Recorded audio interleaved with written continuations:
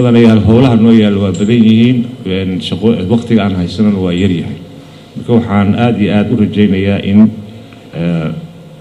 soo xaadiridda ay badato qodobada aan ka hadalkooda oo kalfadhigan soo galay waxaa ka mid ah dib u eegista dastuurka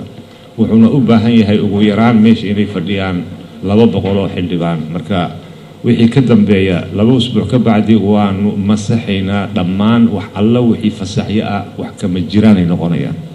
fasax ma jiro howl baa taala arrimo dastuura la galayaa waxaa loo baahan yahay quorum iyo guntan buuxa ugu yaraan mar walba waa inay fadhiyaan ugu yaraan 225 xildhibaan inay fadhiyaan waa sida heer hoosaadkeenu uu qabo 50 kaliya ayaa fasax qaadi karta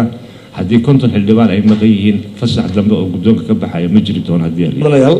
waxaa maanta golaha barnaamijka soo gudbinayaa barnaamijka xukuumadda oo dhammaystiran barnaamijkaas wuxuu ku salaysan yahay 5 hadaf oo asaasi ah midda koowaad waxa weeye geedi socodka siyaasadda iyo kamida dhalinta higsiga 2016 midda labaad waa sugidda ammaanka midda saddexaad waa kobcinta dhaqaalaha midda afraad waa dowlad wanaag midda shanaad waa adeegga bulshada weeye haddii aan ku hormarno xagga siyaasadda gaar ahaan higsiga 2016 waxaa sharaf ah inaan idinla wadaago in xukuumaddu ay ku dhaqaaqday tallaabooyin la taaban karo 3 bilood ee lasoo dhaafay sida ogsoontiin higsiga 2016 wuxuu ka kooban yahay 3 qodob oo kale ah hirgelinta federaaleynta dalka dib u eegista dastuurka iyo diyaarinta xanaan doorasho siyaasadda iyo hirgelinta federaalka haddaan ku hormaro mudane guddoomiye mudanayaal qodobka federaaleynta dalka